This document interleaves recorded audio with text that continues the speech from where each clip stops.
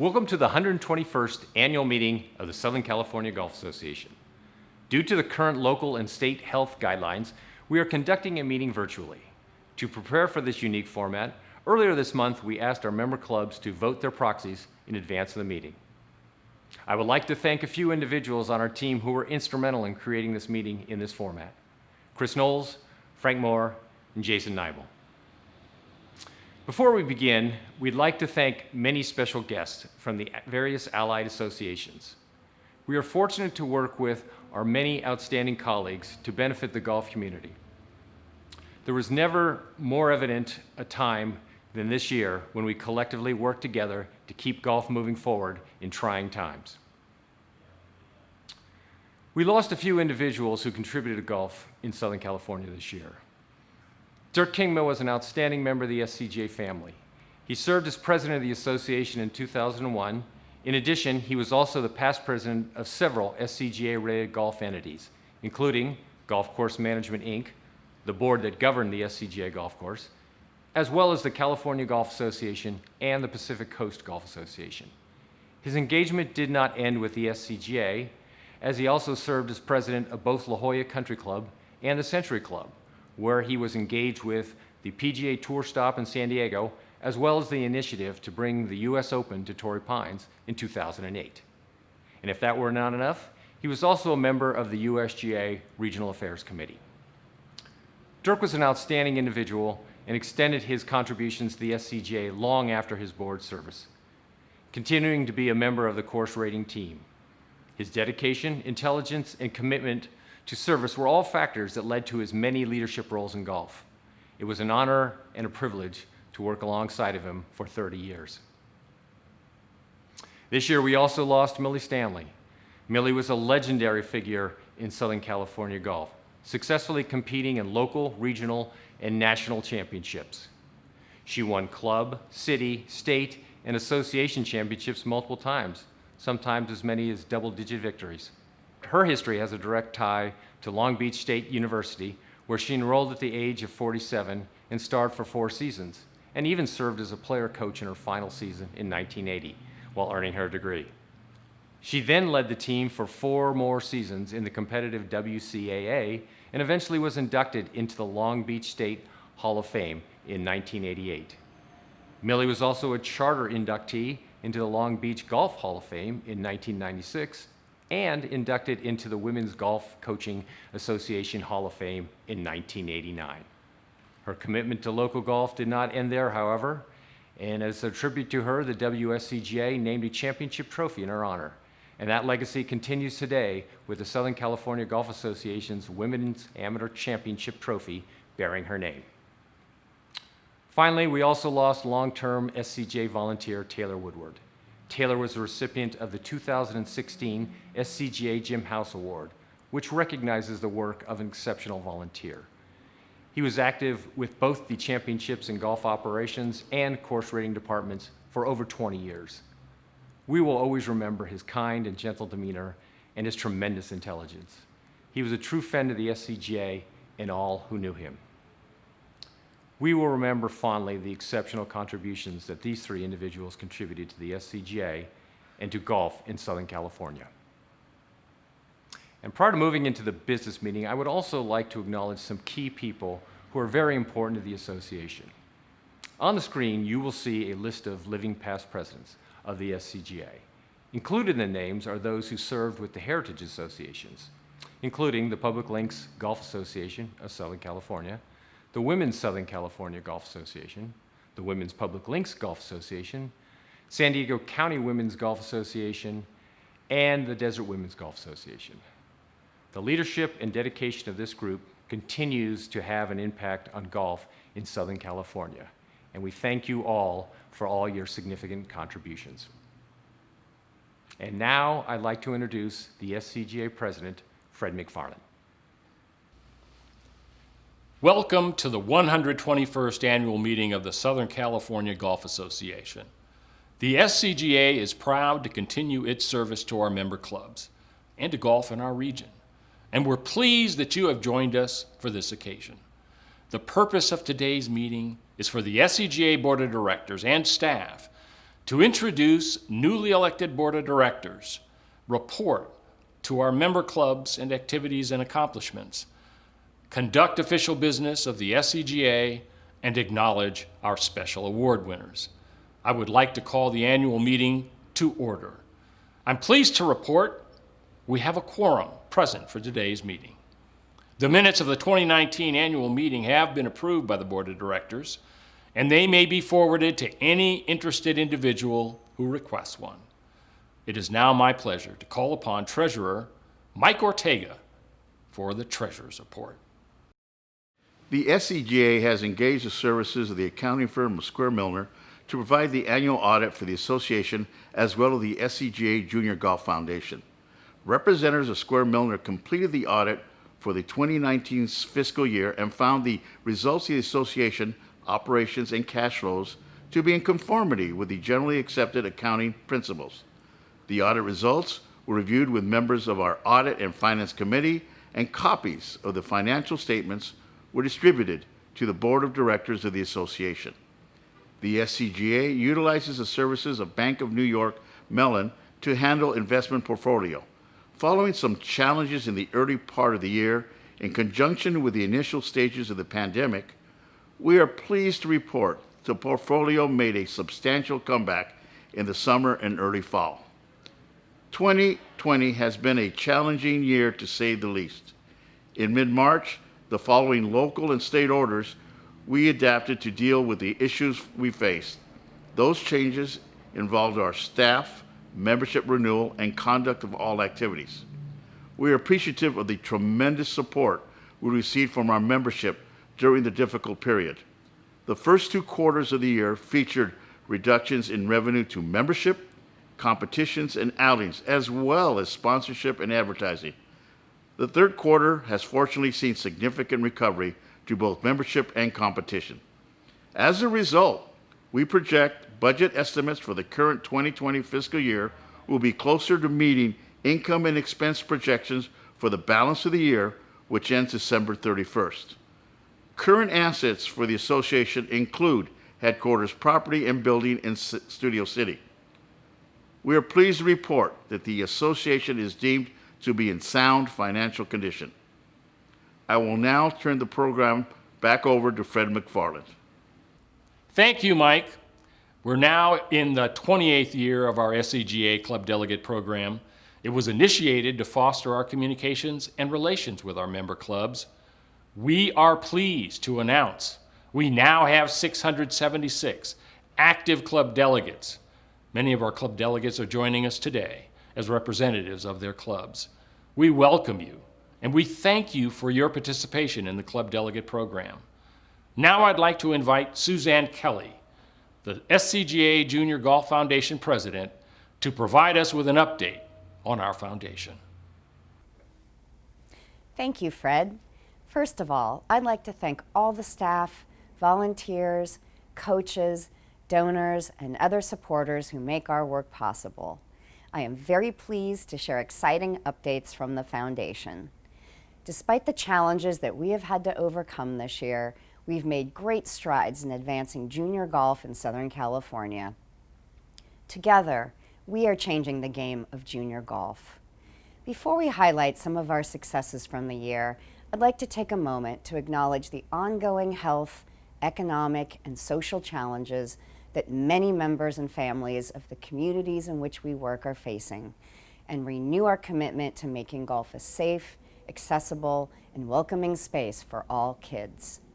We are working to create an inclusive golf community that enables kids to thrive on and beyond the course.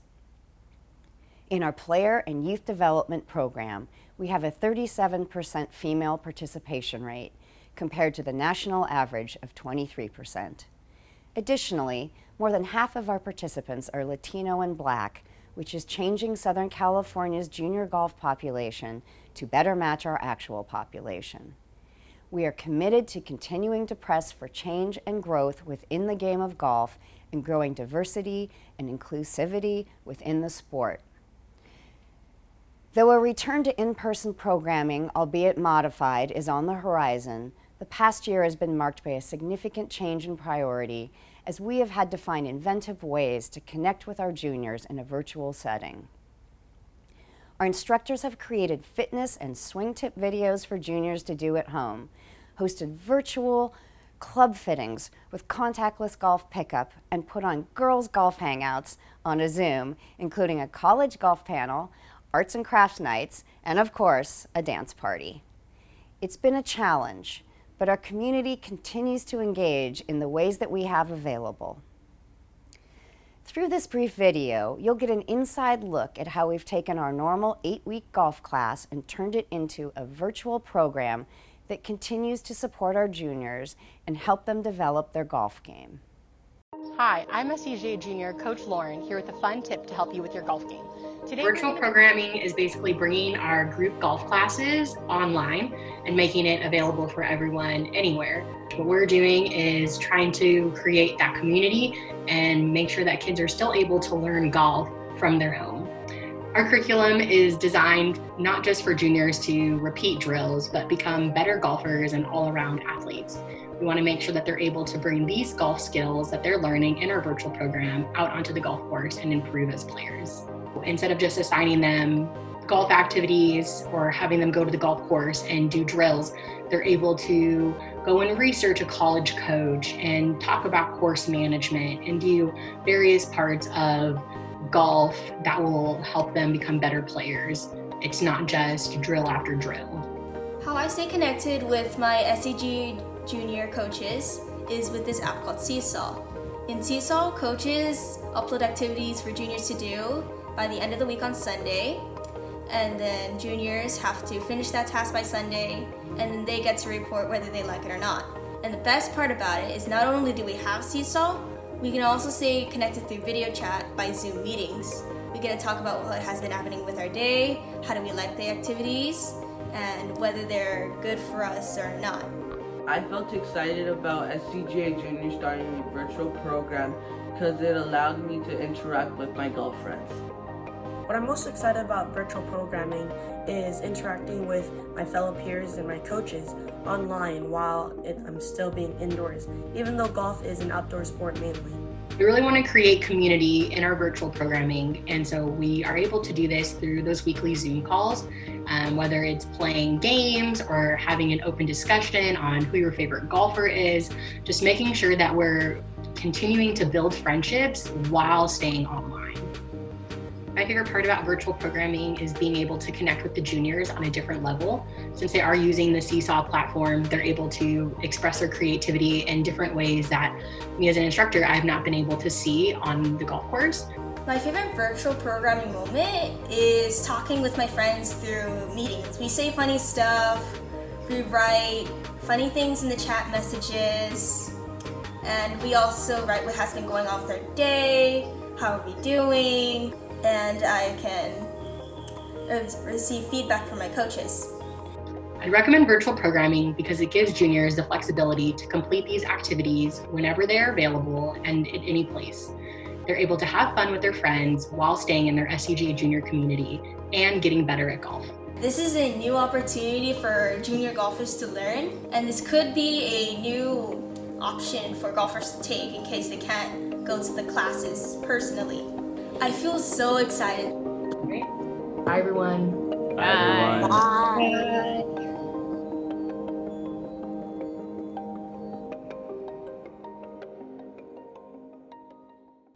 I hope you enjoyed seeing our adapted program. I'm pleased with how well our team has responded and adopted change to continue reaching our juniors. Finally, as we continue to expand on our mission of bringing golf to communities with a lack of junior golf programming, we are excited to announce that we are expanding our player and youth development program to Riverside at Fairmont Golf Club this fall. Though the pandemic delayed our initial launch date, we have worked with the City of Riverside employees and other constituents throughout this time to ensure that we can run responsible, safe programs. We have just begun programming and will continue to expand and develop this new site in the coming year. With 2 full-time staff and a growing number of part-time coaches now based out of Riverside, we are dedicated to building a successful community in the region. For the SCGA Junior Golf Foundation to be successful, we rely on so many entities, including your clubs, your members, companies, sponsors, foundations, and others. Please know that we appreciate and thank each and every one of you. I will now turn it back over to Kevin Haney. Thank you, Suzanne. I begin by thanking our entire team and board for their exceptional work in helping navigate the association through the challenging times brought on by the pandemic. As we began 2020, we were excited to move back into our remodeled office building. As we described at last year's meeting, the intention of the renovation was to create a modern and collaborative space for our team. Among the many improvements we designed into the space, there was an emphasis on significant technology updates, allowing us to be more efficient and effective in working with our members, clubs, and golf community. At about the same time we were moving into our updated building, we were also in the process of supporting the simultaneous rollout of the new World Handicap system and GIN platform. As some of you may recall, it was not exactly a smooth transition in the early going. I want to thank our team for helping deal with the issues and particularly express our appreciation to the club officials and SCGA members who assisted us in getting through the initial challenges. I'm pleased to report that the system is operating better, and we look forward to the planned improvements to help bring an enhanced experience to the end users in the future. We were just rounding the corner on settling in with the aforementioned implementation when the reality of the pandemic reared its head. As mentioned in the financial report, we immediately began to implement a number of strategies to deal with the crisis. First, we moved out of our building and analyzed the impact to our association budget. Then we started to evaluate our see-and-go and outing schedule and began adjusting based on the information available. We created an entire informational gathering and communication plan designed to effectively inform our community. We utilized the full force of the Governmental Affairs Department to work with agencies on a local, regional, and national basis to ensure that golf was well positioned to appropriately transition when it was deemed safe to reopen. I'd like to thank Craig Kessler and Kevin Fitzgerald for their exceptional work on behalf of the golf community. Also, we suspended the process for members up for renewal until golf was again available. We worked with allied partners to introduce a communication strategy focusing on creating awareness for golfers, clubs, and facilities on how to play the game safely and ensure that golf can continue to be played during the health crisis. I want to thank Frank Moore and his team for putting this together, as well as the efforts of the SCPGA who partnered with us on this. We also need to express our appreciation for the positive response for all those in golf in a community who have followed the guidelines and allowed us to all enjoy golf in a safe and responsible manner. A few department issues. C&M team was invaluable to our efforts to communicate during the pandemic. Aside from the aforementioned work involving the creation, distribution, and continual updating of the Play Safe program, the group was able to publish 2 magazines while working remotely. Not easy. In addition, they developed a series of podcasts under the title of Quarantine Chronicles, in which we regularly interviewed the spectrum of tour golfers, celebrities, athletes, and even SCGA department heads. I want to thank Jonathan Coe for his outstanding work in organizing and producing these pieces. We worked with SCGA Women's Task Force to create a virtual women's golf summit that featured Susie Whaley, PGA President, LPGA Commissioner Michael Wan, LPGA Tour players, and a variety of panels. Thank Jennifer Seislove and the members of our task force for putting this together, and also Nikki Gatch and the SCPGA section who partnered with us on this presentation. In championships and golf operations, as I noted previously, the health crisis forced us to pivot with regard to conducting all of our events, including tournaments, one-day, and team competitions and outings. All told, we had to move 47 events. This often involved not just a change of date, but included, in many circumstances, switching venues. The players, facilities, and clubs were wonderful in adapting to these frequent changes. The team, working in collaboration with members of Governmental Affairs and C&M, created a safety protocol that allowed us to conduct events safely while adhering to the variety of county health guidelines. With membership development and member services, these teams worked together diligently to keep our clubs informed and engaged during the down times. In addition, we suspended membership renewals while golf was on hiatus and resumed only after our members were back playing. Again, these folks kept our members up to date on how and when to re-engage with the association. Also, we ceased rating golf courses until which time it was appropriate to begin this activity again. I'm pleased to say the team is back in action, safely rating your golf courses. With Governmental Affairs, we could not have accomplished all we did on behalf of the golf community without the dedicated work of our staff on so many fronts. Craig Kessler will be speaking a little bit later, so I'll let him describe the efforts for this year. In summary, we are quite proud of the staff's exceptional response to this year's unprecedented issues. All of us at the SCGA will continue to work hard to serve our members, our clubs, and the community. As a final note, next year we will revisit our strategic plan to ensure we are aligned to carry out organizational objectives. And now I'd like to introduce a few speakers who will provide updates on the national as well as regional levels. With us today is Mike Sweeney, the United States Golf Association's Director of Regional Affairs and former employee of the SCGA. The SCGA works very closely with the USGA, as do all of our friends from the other golf associations. We'd like for him to say a few words. Mike? Thanks, Kevin. I appreciate the opportunity to provide you with some updates from the USGA. Like you, COVID-19 has forced the USGA to rethink and pivot on almost everything we were planning for in 2020. Our staff of 300 has been working remotely since March and will continue to do so into 2021. We canceled 10 championships, postponed the US Open and US Women's Open, and canceled qualifying rounds, which are a cornerstone of USGA championships. The openness of our championships is our DNA, and canceling 10 championships and our qualifiers was exceptionally difficult. During this challenging year, we worked collaboratively with organizations across the industry to lead the responsible return and continued operation of golf during the pandemic.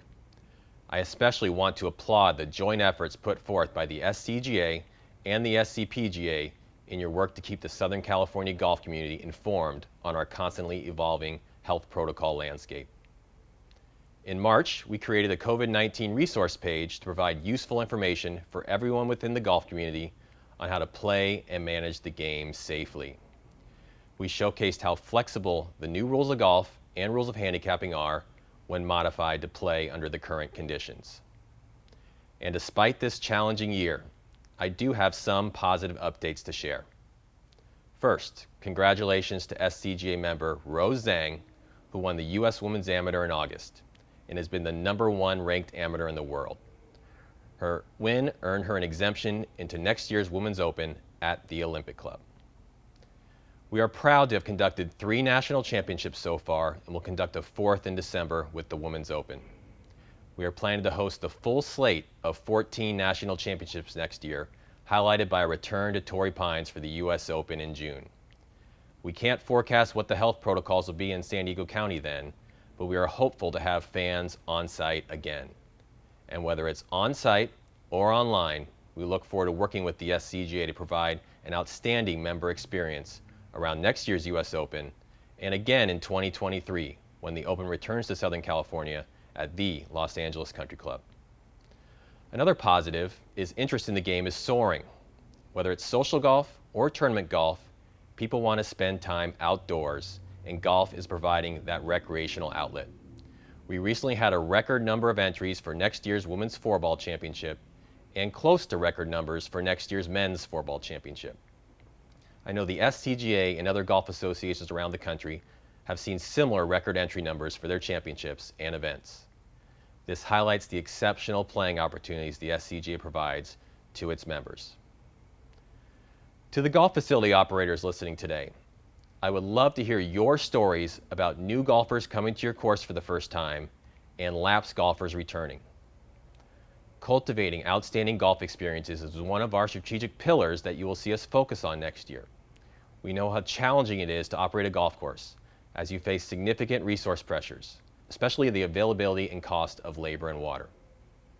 This year marks the 100th anniversary of the USGA Green Section, and we look forward to working with the SCGA to help raise awareness around their services and solutions for golf courses to improve their golfer experience and reduce the consumption of critical resources. This year has reinforced the strength of our SCGA-USGA relationship as we work together in an ongoing virtual environment. Kevin Heaney has been an instrumental leader in our Allied Golf Association meetings. His staff has shown the flexibility and agility to carry out our local activities remotely, advocate for the game locally and across the state, and help enforce and spread awareness of the modifications to the rules of golf and rules of handicapping. We thank the SCGA staff, board, and volunteers for their support and look forward to working with the SCGA to lead, influence, and partner with you all towards a more welcoming game. I would now like to ask the SCGA's Director of Governmental Affairs, Craig Kessler, to provide an update on the key issues faced by golf in the ongoing work of both the Governmental Affairs Department and the California Alliance for Golf. Over to you, Craig. The fact that you're watching this by tape and not live at a golf course site should tell you all you need to know about 2020 and governmental affairs. But let me start at the beginning of the year, when Assistant Government Affairs Director Kevin Fitzgerald and I sat down at the first week of January. We were very satisfied that in the previous couple of years, we had nailed down a lot of things in terms of water policy coming out of the mega drought. We felt pretty good about the 2020 legislative session, 2019 legislative session, in that we had achieved that healthy measure of relief for PGA professionals in particular in AB 5, which for those of you who remember was the independent contracting bill in 2019. And so we set about figuring that with some of those things behind us, we were going to pivot back towards what we thought were some existential problems in the municipal sector, and we were going to just sort of finish off some of that undone 2019 legislative work by taking that healthy measure of relief we achieved in AB 5 and make it a full measure of relief, not a particularly ambitious legislative agenda. And then as we got into about mid-March and realized the sudden realization that the entire world had changed, we lowered our expectations. We immediately dropped the whole idea of dealing with existential problems in the municipal sector. We informed everybody that even the minimal legislative agenda that we had in 2020 would be off the table because the legislature was out of session. And as it turns out, as the weeks went by, the legislature was more out of session than in session in 2020. And then even when it was in session, the Assembly and Senate were often not in session at the same time. And with the building closed down most of the time, as you might understand, it's pretty difficult to affect things. Not to mention that because of COVID-19, the California legislature, which when it adjourned on a temporary emergency basis, was looking at a record rainy day fund surplus. When they came back, they're looking at as much as a $54 billion deficit and a whole host of issues dealing with a pandemic that no one in this state had ever dealt with. The governor, the legislature, all the public health officers. So what Kevin Fitzgerald and I got down to, or what we were forced to get down to, was to face the same thing that all the other government agencies were facing. How do we cope with a pandemic? And it largely fell to us to develop a theory, sort of a theory of the case, as to why we thought golf was particularly amenable as an outdoor recreation, to being able to carry forward even during the pandemic. Now, the good news was initially that of all the counties in the state, Sacramento County never stopped playing golf, so it helped that every day as the governor was giving his news conferences and sharing all the dire news with us, that he could get a tee time down the block from where he was speaking. But that was not true in Southern California's counties. As everything shut down, a panic set in, and what aggravated things a little bit for us was that we envied our counterparts in other states and other parts of the country because everything was done usually in one office, the governor's office, or one public health department in a top-down way. But Governor Newsom, I think very wisely, decided to handle it in a more federated fashion by establishing COVID-19 regulations at a minimum level in the state, and then not just allowing the counties, but encouraging them based on their own circumstances to add thereto. So that meant that we were trying to build a theory of the case as to why golf should be one of the first things. We actually were very bold and said the first thing reintroduced back to our lives in COVID-19, and having to deal with 10 different public health departments, which had also not only never dealt with a pandemic before, but had never been responsible for developing the public policies attendant thereto. And so all of us were flying blind. Well, the good news was that actually the theory of our case must have been fairly good, or we were fairly lucky in that golf indeed was in 9 of the 10 Southern California counties was reintroduced before anything else, including Los Angeles County, before beaches, before hiking trails, before walking trails even.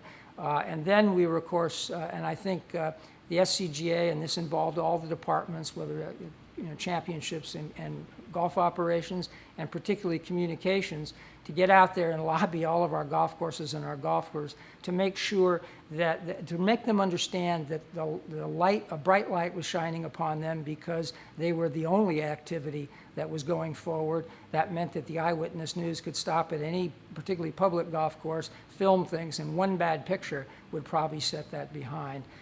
So that went extremely well. So after predicting some dire things, we proved to be wrong. And this is not the first time in 2020 that the dire predictions, things that we had predicted, turned out not to be right. Same thing with the legislative session. We counseled that we would get nothing done this year. And at the end of the session, we were pleasantly surprised that that healthy measure of relief became a lot healthier in AB 5. We had counseled everyone to forget about the whole caddy issue in 2020, and we'd have to wait till at least 2021 to even raise it. And lo and behold, through an arcane third-party referral methodology, there is now a definite route for private clubs and resorts in California that use caddies to use them and use them within the confines of our new independent contracting law. And another piece of good news, and something that we thought would come later very aspirationally, youth coaches, which is very important to SCGA Junior in the southern part of the state, Youth on Course in the northern part of the state, and the degree to which they still exist, some of the first T chapters in California. So we were wrong there as well, predicting we would get nothing done. We got a lot done. Again, whether that had to do, whether we can take a bit of a victory lap because we had set the stage in previous years, developed the relationships and those kinds of things, or whether we just got lucky, we'll let others make that particular decision.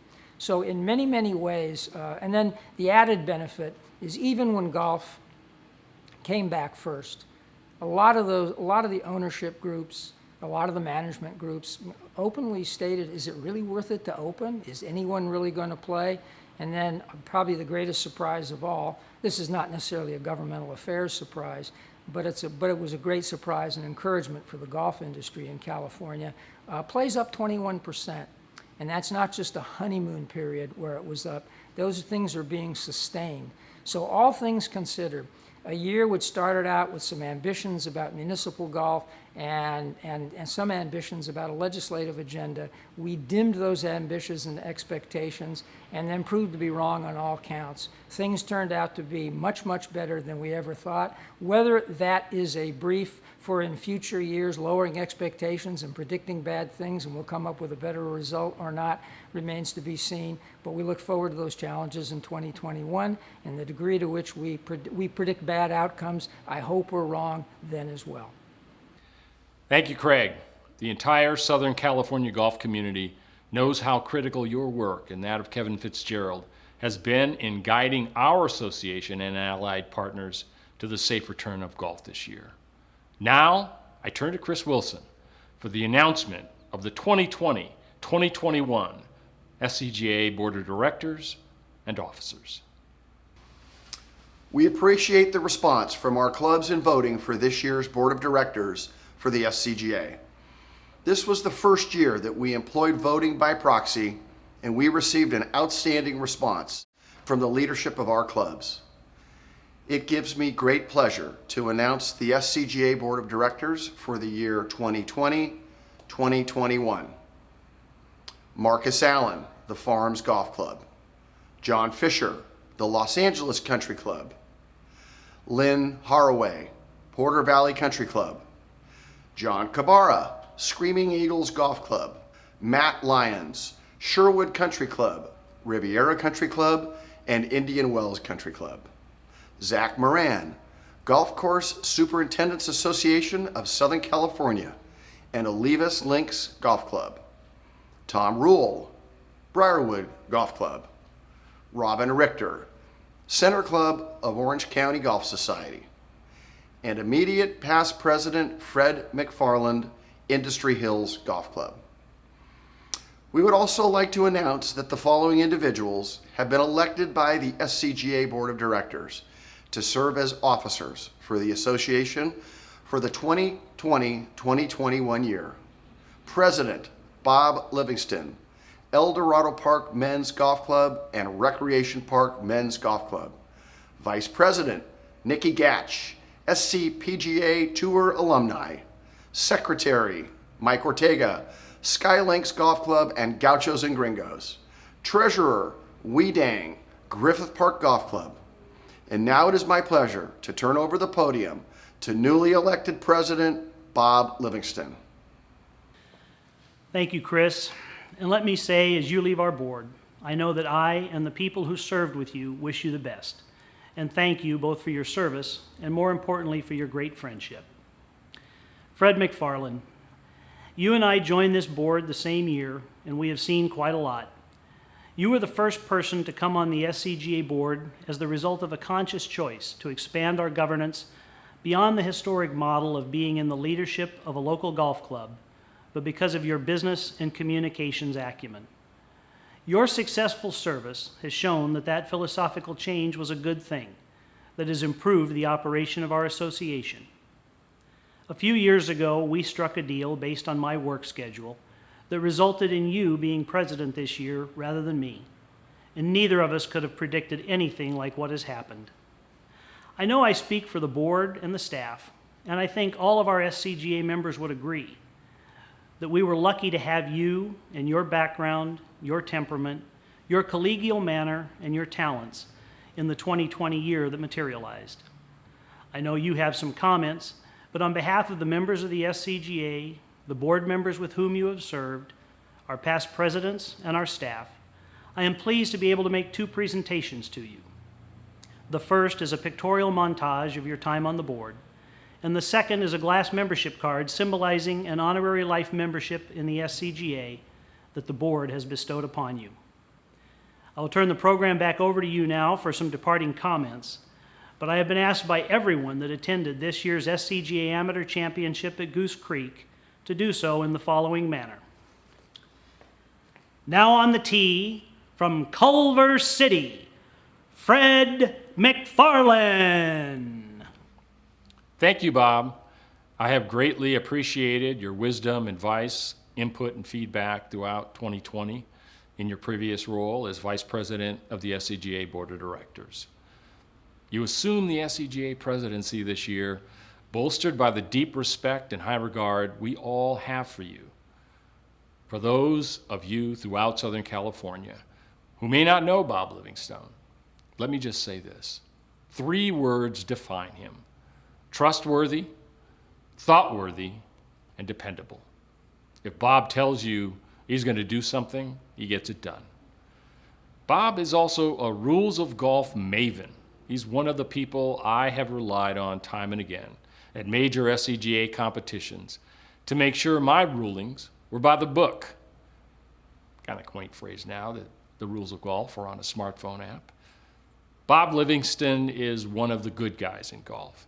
He's a leader's leader with a down-to-earth persona that appeals to every golfer. Bob knows golf through and through as a player, competitor, rules official, and golf administrator. Until his recent retirement after years of public service, Bob served as Superintendent of Golf Operations and Contract Management for the City of Long Beach Department of Parks, Recreation, and Marine. Before that job of considerable responsibility, Bob was head coach of the Long Beach State men's golf team. Little known fact, 18 years ago, Bob ran for mayor of his beloved city of Long Beach. I say this without reservation. Bob is the affable golfer we all wish could be added to our group when we need to fill out a foursome. He's just simply that nice of a guy.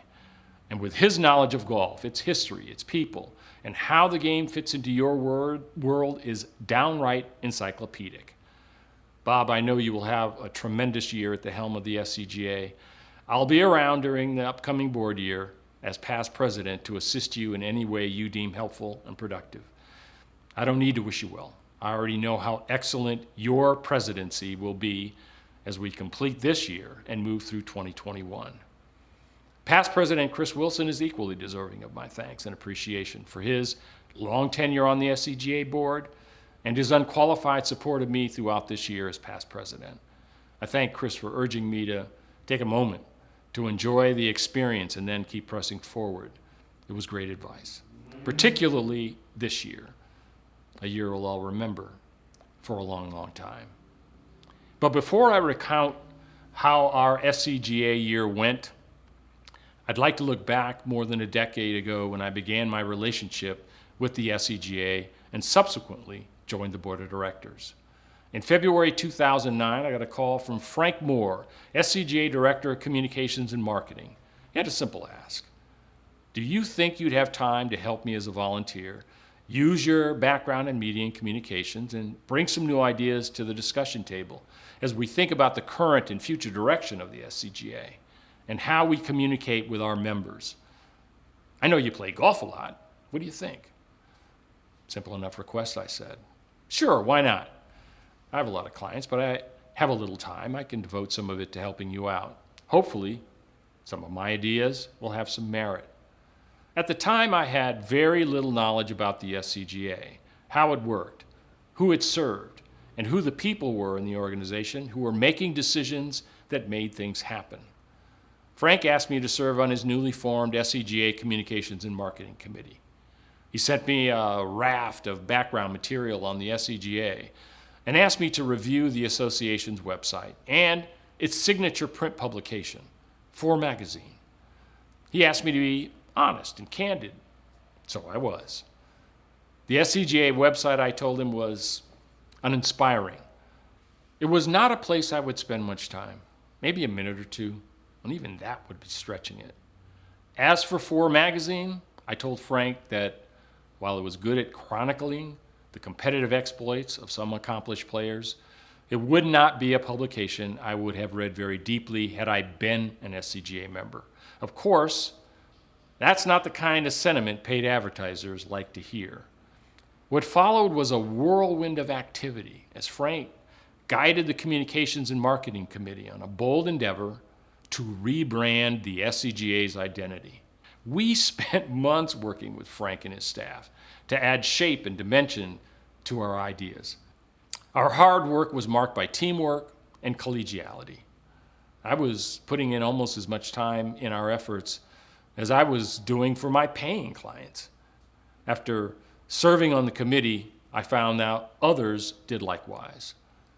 But our work paid off. By September 2009, we gained broad acceptance from the SCGA board for a fresh new corporate brand that reflects the image of your association that you're familiar with today. So that's my origin story. I'm here serving Frank because he picked up the phone, gave me a call, sought my help as a volunteer. When Kevin Heaney called and asked if I'd be interested in being considered for nomination to the SCGA board, I told him, "You can't be serious. I'm not your typical golfer who keeps a handicap and belongs to a club. I'm not even an SCGA member. I just play golf on the weekends a lot." He told me that's not a problem.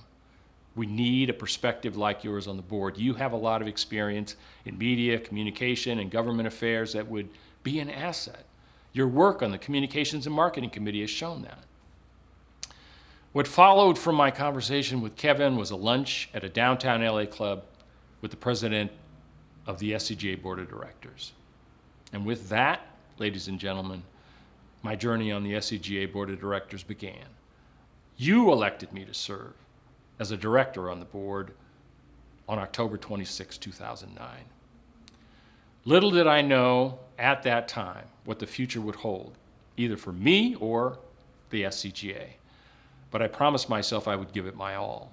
I feel I stayed true to that promise, but I'm going to leave the judgment up to you, to my board colleagues, and to the SCGA leadership and staff. I'm proud to say my colleagues have done a tremendous amount of work throughout my tenure on the board. We've made steady efforts to grow our membership and provide our members and member clubs with new opportunities to enjoy the game.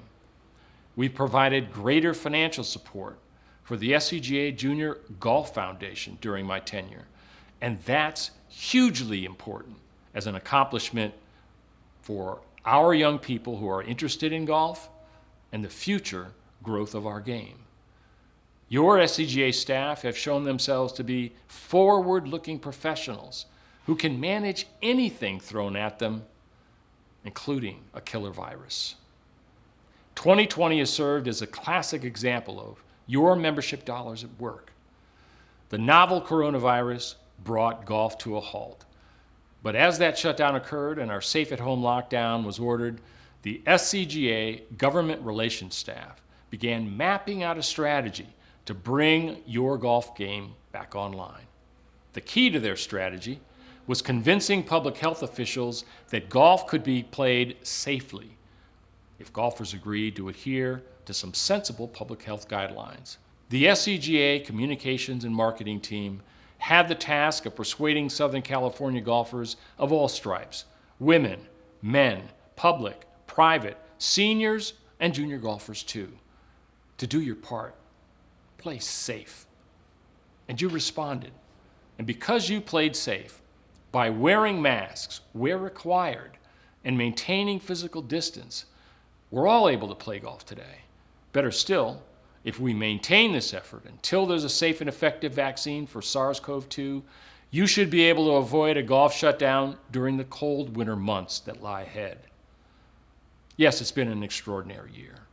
We were reminded during our pandemic that regrettably, we still have a lot of social progress to make.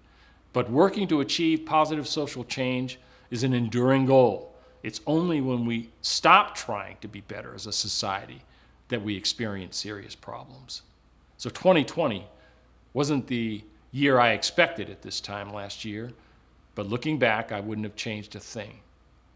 We collectively rose to the moment, the entire golf community in Southern California. We worked in collaboration with our allied partners to help you get back on the golf course. And man, oh man, you are out playing a lot of rounds of golf. We appreciate your membership. We know you value the SCGA. This year, we did our level best to show you why you should. Thanks for your support during this most interesting and challenging of years. We haven't had one like this since, probably 1918. And now, ladies and gentlemen, I turn our meeting back to your SCGA president, Robert. You can call him Bob. He calls himself Livy. We refer to him as the Mayor Livingstone. Fred, thank you again for your service and for your friendship. My grandfather, who was a caddy in Pittsburgh during the Great Depression, introduced me to golf at the age of 13. He would take me to the old Circle driving range in Long Beach and give me a nickel for every ball that I got in the air. Now that was back when candy was 2 cents, so that was awesome. I have been blessed in this game ever since. As a friend once said when he was introducing me at a Rotary luncheon, I was a lucky man because I was able to turn my avocation into my vocation. And basically, every job I have had has been associated with this great game.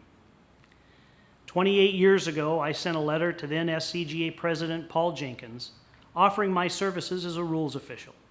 Since that time, I have been blessed to volunteer with some amazing people who share my love of golf and who have become both mentors and great friends. I would be remiss if I didn't specifically thank my dear friend Bob Lowe, who called me 11 years ago and told me he wanted me to consider joining this board. I wish we could be together today, my friend, but I think you're watching and that you will hoist a congratulatory beverage later today. The SCGA has seen some significant changes and growth in my time on the board, and that has been a result of great cooperation and leadership from past and current board members and an amazing and dedicated staff that we would all put up against any other in the nation.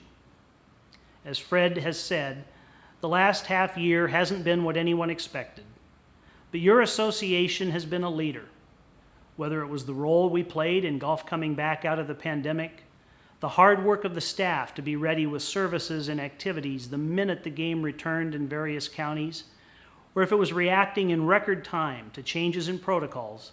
The Southern California Golf Association continued to provide the best possible service to the game in general and to our members in particular. I know our staff, and I know our board, and I know most of our volunteers. And I know that this association is working every week to continually improve the services provided to you, our members, and to help and to promote and to administer the game of golf here in Southern California. My promise as your president is that we will continue to be one of the, if not the, premier regional golf associations in America. It is now the portion of the meeting where we recognize SCGA members for exceptional service, contributions, and accomplishments. Please note that all of our award winners will have their gifts delivered directly to them. With that, I will turn the meeting over to our new treasurer and the 2020 chair of our Member Services Committee, Wee Dang, who will announce our first two awards. As chair of the Membership Services Committee, I am honored to recognize two outstanding volunteers who have helped their SCGA clubs grow and thrive. The Don Carlson Handicap Chair of the Year Award was named after Don Carlson, who served as the handicap chair at Riviera Country Club for multiple decades. Recognizing the diligence necessary to be an effective handicap chair and seeing that Don was so successful for such a long time, the SCGA introduced the award for outstanding services as a handicap chair in the honor of Don Carlson. This year's recipient, Noel Merced, has been a longtime member of the Los Angeles City Firefighter Golf Club since 1984. He has served as both the club's tournament director and secretary prior to becoming the handicap chair in 1995, a position he still holds today. His dedication has shown others how to implement policies and procedures while maintaining civility within a club. Noel was a member of the Los Angeles Fire Department for over 30 years. It is my pleasure to recognize Noel Merced as the SCGA's 2020 Don Carlson Award winner. Hello, my name is Noel Merced, and I'm a retired Los Angeles City firefighter. My journey in golf started in the early 1960s at the old Hacienda Golf Club. It was a 9-hole par 3 layout in San Pedro. A friend of mine and I would split his older brother's clubs, and we would hike through the canyons to find golf balls and then scrape together the $1 green fees, and then so we could play. I continued to play throughout my adolescence, but it was not until I started my career with the Los Angeles City Fire Department in 1978 that I began to play with any regularity. I joined my club, the Los Angeles City Firefighters Golf Club, and the SCGA in 1984. As an avid golfer for most of the past 55 plus years, I was quite excited to be nominated and elected to the board of directors for my club in 1992. I served as a tournament director and a secretary, but I wanted to be more involved with the game and how it is played. I began my association with the SCGA when the Club Delegate program was initiated, and at that point learned what the SCGA has to offer in regard to education and instruction for an affiliate club like ours. I then became the handicap chair for my club in 1995 and continued in that position to the present day. Being the handicap chair led to a chance to serve on the course rating committee. That assignment provided another level of education in my knowledge of the game. I've been able to take that knowledge gained through the SCGA and through my mentors at my club to serve on several committees of charity golf events. I am pleasantly surprised and humbled at the recognition and would like to thank the SCGA for the honor of being named 2020 Don Carlson Handicap Chair of the Year. Once again, thank you. The Newell Pinch Delegate Award was named after a longtime former SCGA executive director who created the Delegate program in 1993. Novel at its time and section, the Delegate program continues to provide SCGA with a dedicated liaison at the club level. This year's recipient is Linda Beanhoff, who is a well-established figure at the Balboa Women's Golf Club. Linda has served as a club official for over 5 years and has been extremely engaged with the SCGA. She's helped set up the club's online portal and to make the membership process easy for both members and non-members. She's also continues to help us market the club via our website. Linda has truly done an amazing job, and she is a critical contributor to the overall success of the Balboa Women's Golf Club. Linda's engagement with the SCGA is truly terrific and very much appreciated. A fun fact about Linda, she made her first hole-in-one last year at Balboa Park, her home course. Congratulations, Linda, on your ace, along with being named the SCGA 2020 Delegate of the Year Award winner. Hi, I am honored to accept the 2020 Newell Pinch Award. I've been doing the membership at Balboa Ladies Golf Tournament in San Diego for about 5 years. And just about 2 years ago, we decided to partner with the SCGA for our membership and our renewals. With the help of Jeremy Pitt and the wonderful crew at the SCGA, they made this turnover so easy and painless for our entire group.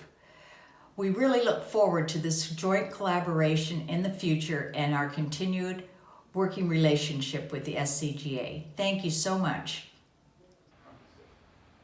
Congratulations to Noel and Linda. Both are worthy recipients of their awards. We'll now recognize a few volunteers who have reached impressive milestones. Both of these individuals exemplify the essential support volunteers bring to the game. For 20 years, Tom Wallace has served as a SCGA rules official, often in the capacity of rules chair at qualifiers and championships throughout Southern California. He's been a leader and a mentor among his peers throughout his time with the SCGA. He also lends his talents as a rules official for the SCPGA. Ken Bien has taken on many roles with the SCGA, including his time on the board and serving as the association president in 2014. He has been on our course rating team continually for 20 years. In addition to his service with the SCGA, Ken has served on the board of the Torrey Pines Golf Club and is the current president of the Pro Kids First Tee program in San Diego. We want to thank both of these gentlemen for their service to the SCGA. And now I will turn things over to Suzanne Kelly with special recognitions from the SCGA Junior Golf Foundation.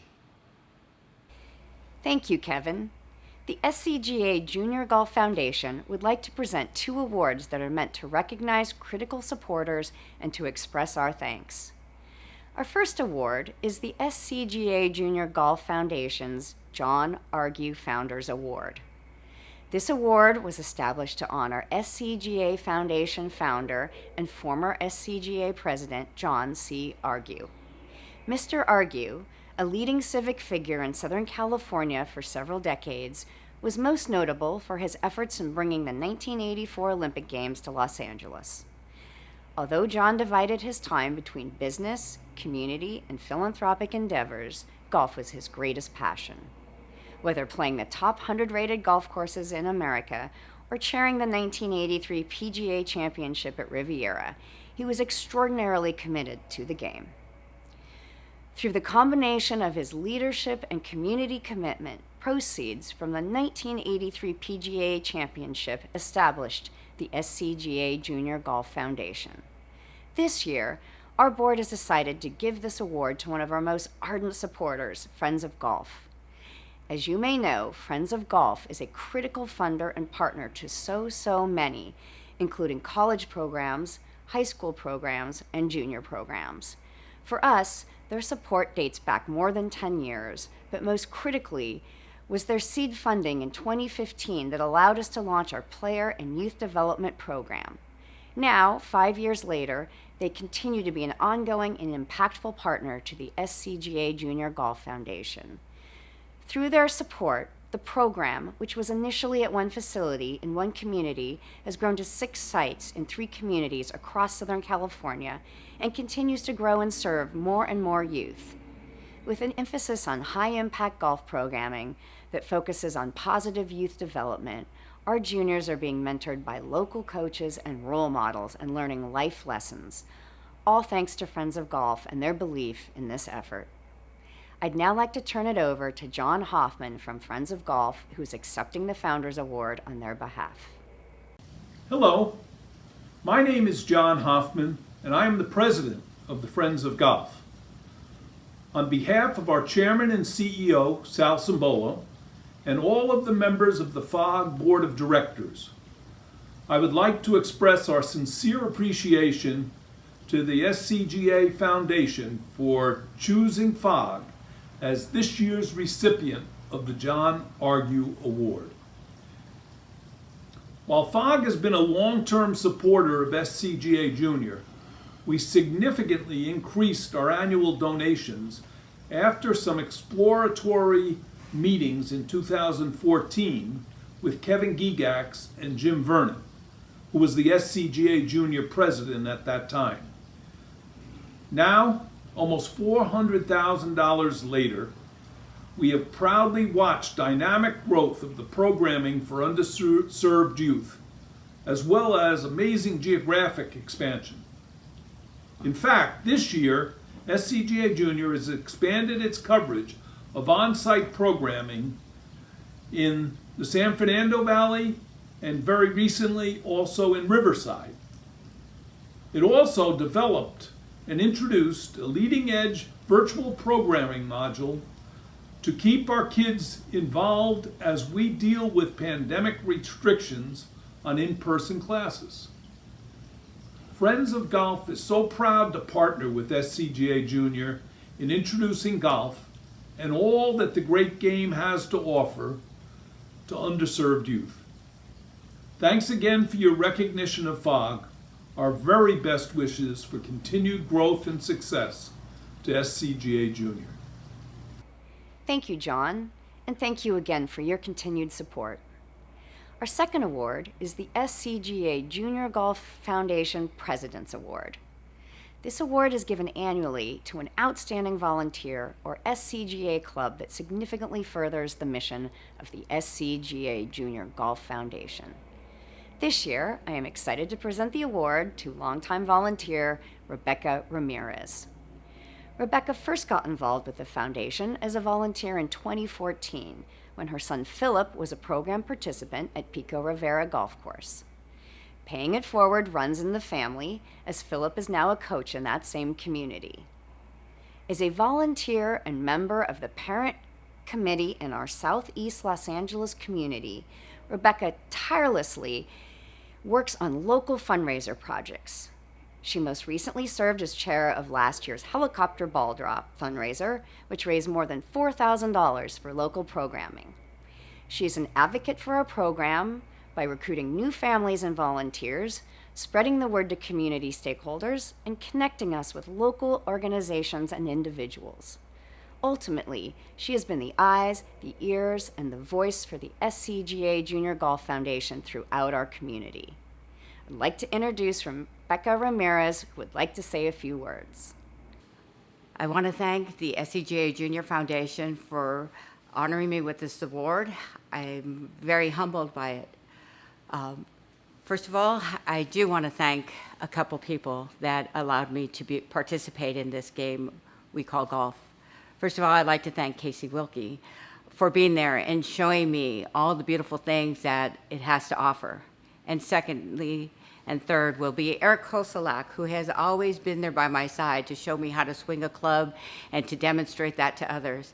And to Coach T, we affectionately call Teresa Thornton, is that she has always been there to guide me and let me know the values of what it has to offer for young women and what they are able to do on and off the course. So as I go out and I volunteer and I champion the SCGA Junior and I talk to people and say, put that club in your hand and just have a good time with it. Because once you put that club in your hand, you'll never let it go. My journey started about 5 years ago, although I had been around it for about 20 years through my son. And I tell you, you can't miss out. You just need to enjoy it, volunteer, share the gift, donate. Let them know how we can all help one another. It's a fantastic community builder. When you're out in the community and you share, hey, do you play golf? And they say no, well, give it a try. Put that glove in your hands, get that stick, get a ball, and get out to a driving range and join the SCGA Junior and see what it has to offer. First of all, the game has given so many young people confidence, courage, and respect. They earn that sportsmanship-like conduct with each other.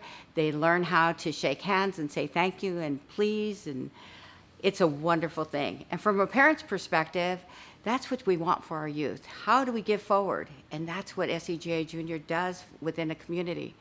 I had the privilege of starting over in Pico Rivera at the golf course there and was introduced. I then followed up by going over to Don Canavi, and I go through our community, Los Amigos, and let me tell you, it has been fantastic and rewarding. I share it with everybody I speak to, and I share that the gift of contribution is amazing, because the more we give, the more we receive. And if you give it just by sharing what it's all about, the reward is fantastic. And I'm here to show you that reward is fantastic. So please share your gift of volunteering, share with others, and let them know that the game of golf is more than just a stick and a ball. And with that said, I'd like to share with my son. He's the one who introduced me to the game of golf.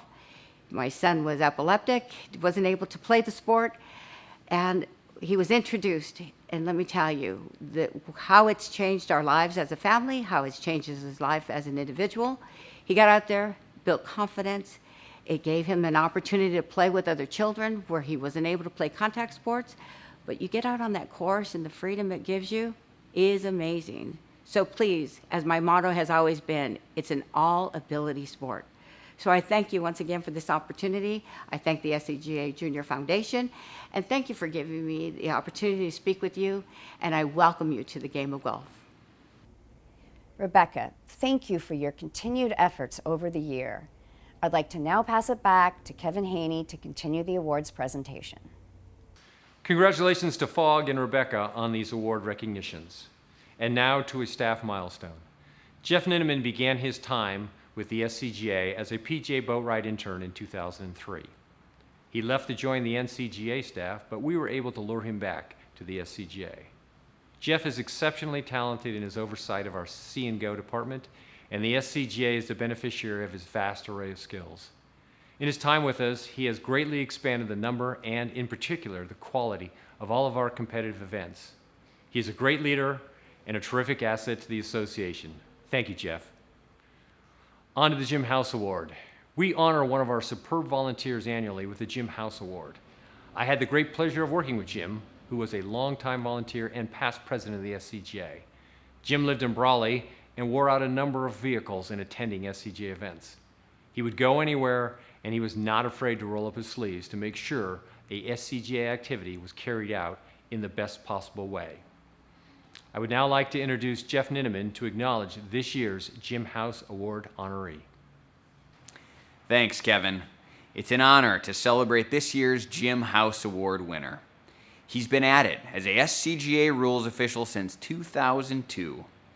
His commitment to our championships and qualifiers, as well as our staff and his fellow officials, is second to none.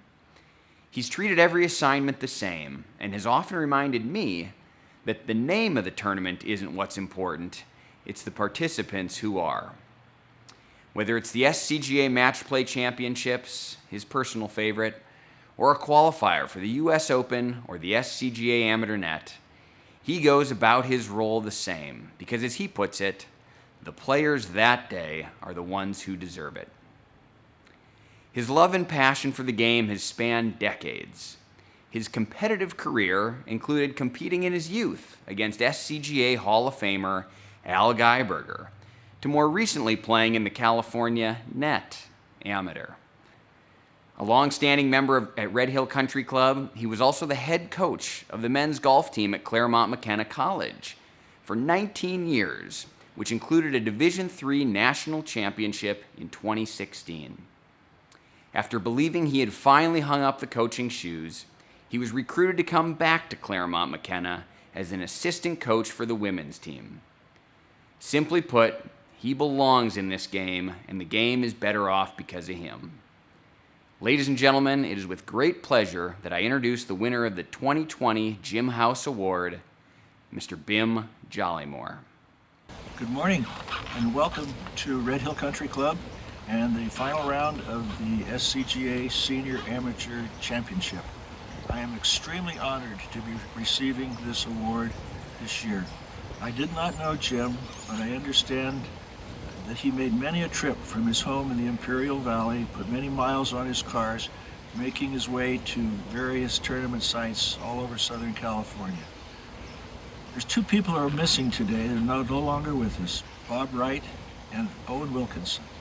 Bob was responsible for me getting into the SCGA volunteer program.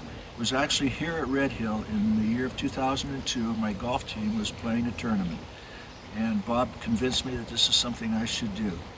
Owen, on the other hand, was a big help when it came time to learn how to apply the rules on the golf course, and he was a little bit rough from time to time. As a matter of fact, once when I was playing in a net amateur qualifier at Sierra Laverne, Bob got after my group and me in particular because we were out of place and behind the pace of play. I'm really honored and appreciate very much having been able to serve as a rules official for the SCGA. And I just have one request. And I know that there's going to be screaming and hollering when you hear about this, Jimmy, Jeff, Bob, but please do everything you can to bring back the California State Net Amateur Championship. That golf tournament was a real hoot for us, for all of us guys that are not good enough to qualify for the real state amateur, and I think it can be done. Thank you very much. Be well. Stay safe. The SCGA Player of the Year programs recognize strong performances in SCGA Championships, California Amateur Championships, USGA Championships, as well as select city championships here in Southern California. Those performances are tracked through our various points lists, and although a few of this year's championships were canceled due to the pandemic, it was still an action-packed season of championship golf. This year's Player of the Year kicked off the points race with a top 10 finish at the SCGA 4-Ball Championship. He was a member of the winning squad from Virginia Country Club at the California Scratch League Championship. His team play continued as his side finished in a tie for 16th at the SCGA Foursomes Championship, an event that was shortened to 18 holes on the day much of our country was shutting down due to the pandemic. When play resumed in July, he nearly won medalist honors at the California Amateur Championship at Torrey Pines and advanced to match play. A few weeks later, he tied for 4th at the 121st SCGA Amateur Championship at Goose Creek Golf Club. And finally, he capped off this remarkable season by winning the SCGA Mid-Amateur Championship at Mission Viejo Country Club. Please welcome our SCGA Player of the Year from Long Beach, Tori Edwards. Thank you to the Southern California Golf Association for recognizing me as the 2020 SCGA Player of the Year. This is an amazing honor, and as I go through the list of all the past champions, I'm very humbled and grateful to win this award. So thank you. This last year has been a challenging one. In 2019, I went through a serious back injury. Wasn't able to compete as much as I'd like. So just very grateful to be healthy again and be able to have such a great 2020 season. There's so many people that have helped me along my golf journey. So just wanted to recognize a few of them.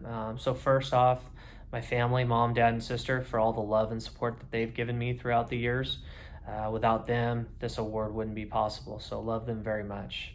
Secondly, Jamie Mulligan at Virginia Country Club. He's been a close friend and mentor of mine since the college years, so just grateful for all that he's done for me, and really all the staff and members at Virginia Country Club. I've built so many great relationships out there, and they've really supported me this year and given me a lot of encouragement. Growing up in Long Beach, we have an amazing, unique golf community. It's been a great place to learn the game, and there's so many good people that I've gotten to know over the years and relationships I've built from the Long Beach Golf Festival to just growing up and playing the local golf courses. So really share this award with all those people that have supported me along the way. So thank you for that. Lastly, the SCGA staff, you guys are incredible. I know this year has been extremely challenging, and from all the tournament directors to the staff to everyone on site that makes these tournaments possible, especially this season with all that we've had to deal with and you guys have had to deal with. I speak for myself and the players. We can't thank you enough for all the hard work that you guys do. So thank you so much for this honor. Really humbled and grateful to have won the Player of the Year, and I look forward to competing in the 2021 season. So thank you. This year, in our Women's Player of the Year race, we had a tie at the top among those eligible to win this prestigious award. Our first award winner kicked off the season by winning the girls' division of the Southern California Junior Amateur Golf Championship in a thrilling playoff. Her stellar play continued at the California Women's Amateur Championship at Pasatiempo, where she advanced to the round of 16. Despite no qualifying being conducted in 2020, she earned an exemption into the U.S. Women's Amateur Championship and once again advanced to match play in the round of 32. Finally, she finished in a tie for 6th at the SCGA Women's Amateur Championship at Goose Creek Golf Club.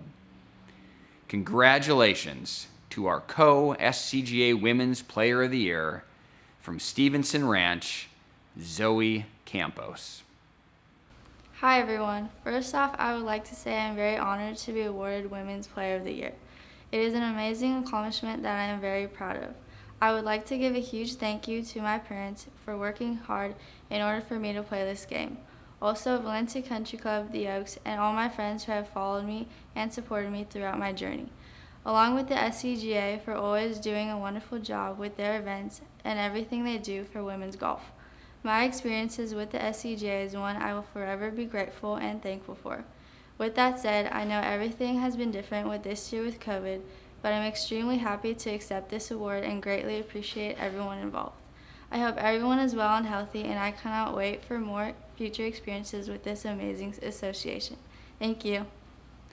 Our other co-Women's Player of the Year had an equally impressive season. She first finished in a tie for 6th at the CIF SCGA Girls Southern California High School Championship. She then followed that performance up by winning the CIF Girls State High School Championship at Poppy Hills, the only player under par that day. She too participated in the California Women's Amateur Championship at Pasatiempo, advancing all the way to the quarterfinals. Like Zoe, she was one of the players whose resume warranted an exemption into the U.S. Women's Amateur Championship, despite there being no qualifying in 2020. And finally, her season concluded with yet another stellar performance as she tied for 4th at the SCGA Women's Amateur Championship at Goose Creek. Congratulations to our co-SCGA Women's Player of the Year from Calabasas, Caroline Canales. To begin, I would like to thank the Southern California Golf Association for their hard work, dedication, and attention to detail in the development of junior golf. I remember playing my first ever SCGA event many years ago at Woodley Lakes Golf Course. The SCGA has played a very large role in my improvement and has helped me get to where I am today. I would also like to thank my long game coach, Chris Mason, and my short game coach, James Siegman. Most importantly, I would like to thank my family for the hard work and countless hours and sacrifices made to ensure my success both on and off the golf course. I'm truly honored to be named the 2020 SCGA Co-Player of the Year. Thank you. It should be noted that our co-award winners are currently both seniors in high school. However, perhaps only fittingly, they plan to unite next fall as freshmen on the UCLA women's golf team. The SCGA Senior Player of the Year race wrapped up just last week at Red Hill Country Club. On site with our winner was the SCGA's own Jimmy Becker. JB? Thanks, Jeff. This year's Senior Player of the Year kicked off the points race with a tie for 2nd at the California Senior Amateur Championship at Wilshire Country Club. He followed that up with a tie for 15th at the SCGA Senior Tournament Club Champions. And finally, just moments ago here at Red Hill Country Club, he cemented his legacy as one of the top senior players in SCGA history as he won his 4th consecutive SCGA Senior Amateur Championship. He began the day 6 strokes off the lead and emerged victorious after birdies on 16 and 17. He joins Ted Richards Jr. as the only other player to win this championship 4 times. And he now surpasses John Olive, who won this event 3 consecutive times. This is his 2nd SCGA Senior Player of the Year award. Please welcome from Chula Vista, Craig Davis. Yeah, I just want to thank everybody from the SCGA for, it was a difficult year, but you guys still pulled off some great championships. I started the year playing in some amateur events, and it was very difficult for me playing with the younger guys, and this is only my first senior event of the year. So it was fun to be back out here with some of the guys my own age and on a course that's a little shorter. So I really, going into today, I knew that I had to get around 6th place or better to have a chance for the Player of the Year, and so there was a little pressure on me knowing that, but I just tried to do my best, and I was lucky that some of the other guys didn't play quite as well. So I feel really happy to win this again, and it really is something I'm very proud of. So I'm thankful for the SCGA and all of the events that you run, and I just want to say I'm very proud to be the champion again this year. Thanks. With the reorganization of this year's championship calendar, one event still hangs in the balance that will determine our Senior Women's Player of the Year, and that is the SCGA Senior Women's Amateur Championship. Several players still have the chance to win not only that championship, but Senior Women's Player of the Year honors as well. Stay tuned for a champion to be crowned at the Victoria Club on November 9th and 10th. In addition to our Players of the Year, we would also like to acknowledge a few of our 2020 champions. The winner of the 109th California Amateur Championship at Torrey Pines Golf Course was Joey Versich. The winner of the 54th California Women's Amateur Championship at Pasatiempo Golf Club was Sarah Camarena. The winner of the 121st SCGA Amateur Championship at Goose Creek Golf Club was Luke Potter. And the winner of the 6th SCGA Women's Amateur Championship at Goose Creek Golf Club was Jamie Jacob. We would once again like to take this opportunity to thank and acknowledge Ross Fisher and Goose Creek Golf Club for their flexibility in hosting both the SCGA Amateur and SCGA Women's Amateur Championships concurrently at a moment's notice. And lastly, on the national stage, SCGA member Rose Zhang captured this year's U.S. Women's Amateur Championship over fellow SCGA member Gabriella Ruffles. Way to go, Team SCGA. That concludes the awards program of our annual meeting. In a year filled with disruption and uncertainty, it was a breath of fresh air to once again witness the abundance of dedication, commitment, generosity, and excellence within our game. Thank you and congratulations to all of our honorees. I would also like to thank all of you who tuned in to this virtual 2020 annual meeting. As has been previously announced, this year's Hall of Fame reception has been postponed, and we expect that that ceremony will return as part of our 2021 annual meeting activities. With that, our meeting is adjourned.